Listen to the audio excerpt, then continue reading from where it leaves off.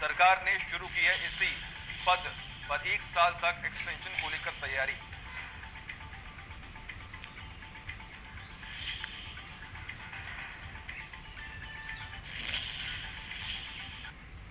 और अब एक और बड़ी और अहम जानकारी से आपको रूबरू कराने जा रहे हैं चित्तौड़गढ़ से। ये बड़ी खबर, एक कथित बाबा ने आश्रम चलाकर कैंसर जैसी असाध्य बीमारी का इलाज करने के नाम पर काला कारोबार चला रखा है।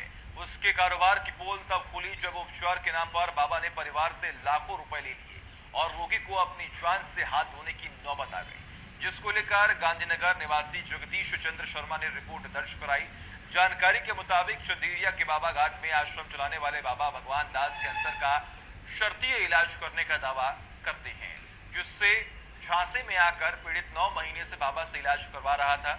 लेकिन अब तबीयत बहुत ज्यादा बिगड़ गई। हालात यह हो गई कि अब उसकी जुबान बाहर लटक गई और चिकित्सकों ने हाथ खड़े कर दिए। बाबा के खिलाफ पुलिस मामले की जांच में जुटी हुई है। वही जानकारी में ये सामने आया कि बाबा अपने आश्रम से फरार हो गए हैं।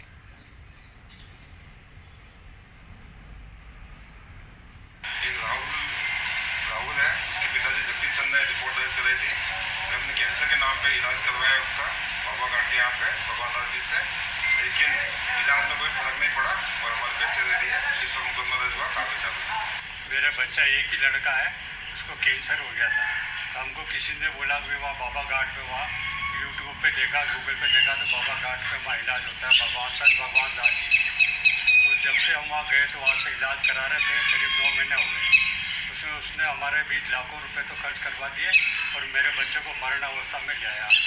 अब ये हालत ये हुई कि मेरे पास कर्जा चारों तरफ से हो गया। मेरे को जो भी मिला कंपनी से वो इसके धंधे में, मकान में इसमें लगा दिया और अब मेरे पास बैंकों का कर्जा चारों तरफ से ऐसा हो गया, मेरा परिवार पूरा सड़क पे आ गया, मेरे मरण अवस्था में आ गया, हम पूरे सब परिवार। कहीं कई सवाल इस बीच में खड़े होते हैं कि आखिर ये बाबा गया कहाँ। ऐसे में ये भी खबर सामने आ रही है कि आखिर कितने दिनों तक इसने ये जो अपना साम्राज्य खड़ा किया है, आखिर ये कैसे इतना समय से मिला और अभी तक कार्रवाई के नाम पर क्यों नहीं कुछ यहाँ पर हुआ और क्यों खानापूर्ति लगातार की जा रही थी। चित्तौड़गढ़ की तस्वीर लगातार हम आपको दिखा रहे हैं। जानलेवा बाबा की तस्वीरें सामने आई है। कैंसर पीड़ित को इलाज करने का यहाँ पर झांसा दिया। खबरें ये सामने आई कि यहाँ पर ये कहा जा रहा था और शर्तीय इलाज का दावा किया जा रहा था कि कैंसर का इलाज हमारे पास है और शर्त भी यहाँ पर रखी जा रही थी कि अगर इलाज नहीं हो पाया तो आप जो कहेंगे। लेकिन ऐसे में आपको जानकारी दें कि जब ये पूरा मामला सामने आया, ऐसे में प्रथम दृष्टया ये पूरा मामला जब सामने आया तो बाबा अब फरार हो गए हैं, लेकिन पुलिस इस पूरे मामले की तफ्तीश में जुटी हुई है और जांच लगातार यहाँ पर की जा रही है। आखिर ये बाबा कहा गया, इस पर लगातार जांच हो रही है। और आपको जानकारी दें कि जिस तरीके से इसने अपना पूरा आश्रम बना रखा है, इस आश्रम की भी छानबीन हुई है। तबीयत बिगड़ा तो बाबा अब फरार हो गए हैं।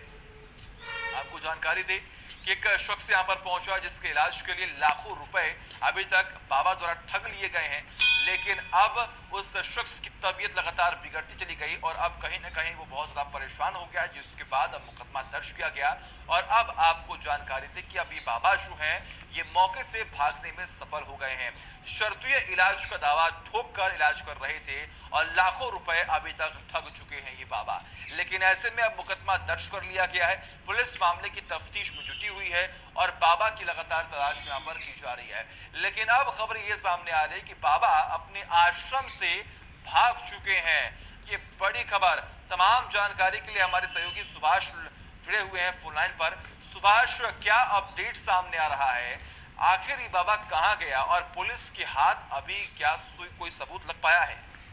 जी बिल्कुल सत्य, मैं बताना चाहूंगा पुलिस ने प्राथमिकता से इस मामले में कार्रवाई करते हुए बाबा की जो उम्र है उसके हिसाब से जो कानूनी कार्रवाई बनती है, पुलिस ने अपनी पूरी कानूनी कार्रवाई पूरी कर ली। और 2 लोग जो हैं बाबा के कथित चेले हैं, उन लोगों ने बाबा को कानूनी प्रक्रिया के दौरान मौजूद रहने के लिए बंद पत्र भी भर दिए थे।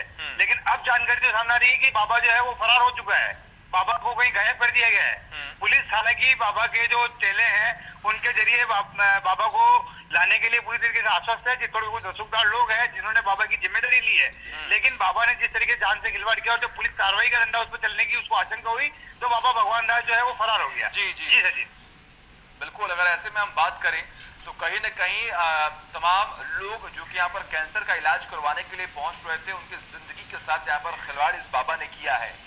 क्या इस बाबा को किसी बड़े शख्स का संरक्षण मिला हुआ था, जिसकी वजह से इसने कई सालों से अपना ये बड़ा साम्राज्य जो है वो खड़ा कर लिया है?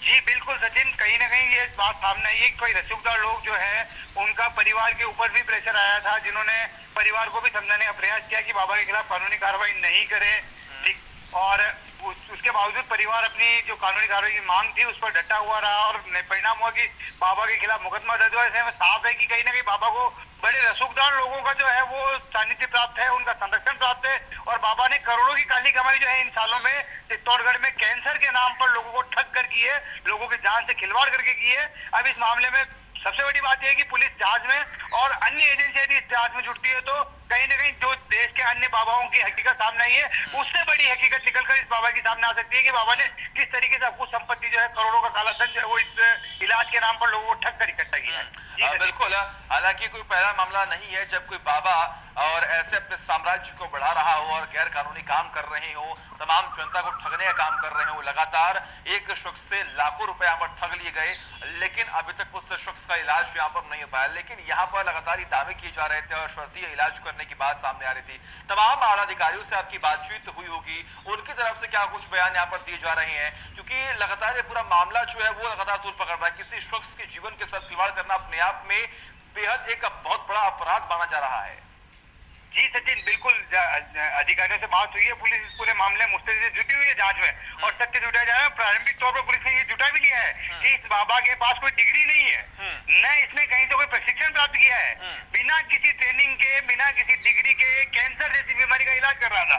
प्रारंभिक जांच में पुलिस यहाँ तक पहुंच चुकी है, लेकिन आने वाले समय में जैसे जैसे पुलिस की जांच आगे बढ़ेगी वैसे वैसे और तथ्य सामने आएंगे।